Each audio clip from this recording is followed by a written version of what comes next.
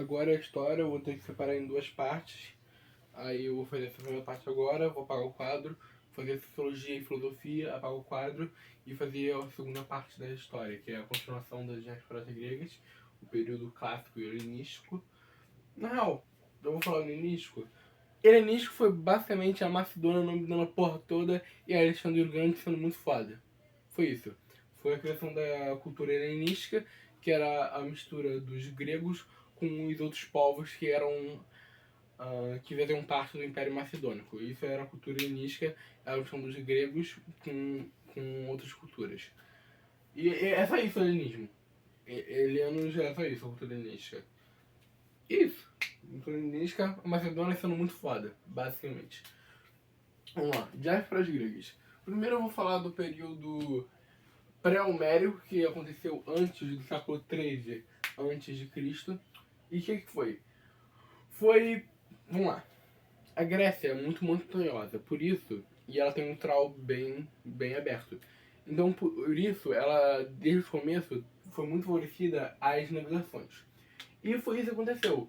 Nas navegações, vários povos interagiam sobre si, e quem ficava naquela área da Grécia eram os aqueus, os eólios e os jônios. Eles foram invadidos pelos dórios, e os dórios destruíram as cidades micênicas, que é onde essa população estava localizada.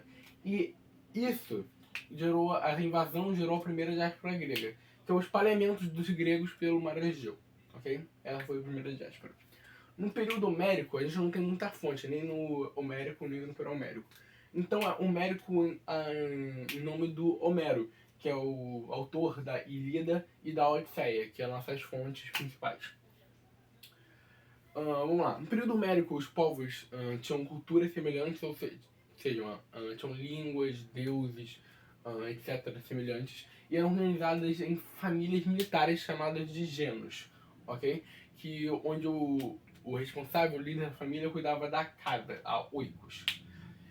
Nessas famílias tinha a divisão de terras, ou seja, o filho do líder era um chamado de eupátrida e ganhava melhores terras e mais terras. E tinha um resto. Como tinha essa divisão bastante grave entre das terras, um ficava com muita, muito boa e o outro ficava com mais ou menos, essas famílias foram se expandindo, se espalhando, criando a segunda diáspora grega, que era essa busca de terras novas. Aí, a partir disso, a gente tem o período arcaico, que foi a junção de várias famílias em cidades-estados, as chamadas polis. Elas tinham culturas e línguas iguais, ou semelhantes pelo menos, deuses parecidos, etc. E eram formadas a partir das famílias, aqui, das genos, como eu já falei. Nessa época surgem as duas principais polis, Atenas e Esparta. Atenas foi formada principalmente pelos aqueus e Esparta pelos dários. Dários ou dórios? Pelos dários. Em Atenas surgiu o Código de Drácon, que é o primeiro conjunto de leis escritas dessa época. Leis não, punimentos escritos, ou seja, se alguém roubou alguma coisa, vai perder a mão. Sei lá, se você matou alguém, você matou o filho de alguém, seu filho irá ser morto, coisa desse tipo. Isso era bom porque não deixava livre para interpretação. Era a democracia direta, ou seja, o povo se juntava na Ágora para discutir o futuro deles mesmos. Houve ampliação de território nesse período. Se eu não falar a memória, o pico das polis foram entre o século VI e V. A partir disso, na real, no século VIII, mais ou menos por aqui, Esparta invadiu. Agora eu passei nessa parte das polis, estou falando de Esparta especificamente. A sua comida. A Esparta invadiu os seus vizinhos. E a partir dessa invasão tinha o sistema da escravização de guerra, né? Não, nas cidades gregas, nas polis gregas. Ou seja, você perdeu a guerra e em vez de ser morto, você é escravo.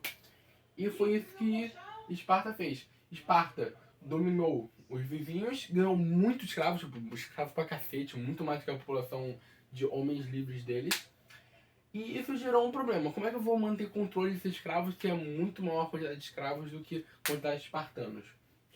Eles criaram então as três castas. Os espartriatas, espartriata,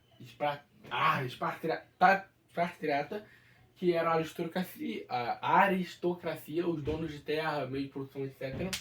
Os períacos, que eram os habitantes geral, eram os plebeus, a nomenclatura da Idade Média e do absolutismo para cá.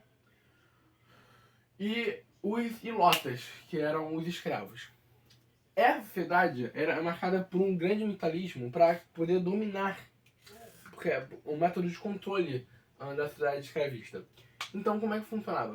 Eles eram militaristas pra caralho, tipo, desde 7 anos, as crianças, os homens, se juntavam nos exércitos, entravam pro exército, no final do treinamento, acho que eram os 16, eles tinham que sair pelas ruas matando 3 ilotas, justamente para diminuir o tamanho da população, porque tinha escravo pra caralho. E era marcada pelo laconismo, que... Pera aqui, não lembro de escrever isso.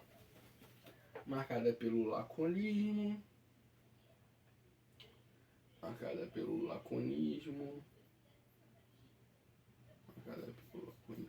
Aqui eu não tô achando não a definição, mas era marcada pelo laconismo e militarismo. E é isso, agora eu vou fazer uma pausa, eu vou fazer sociologia e filosofia e já volto.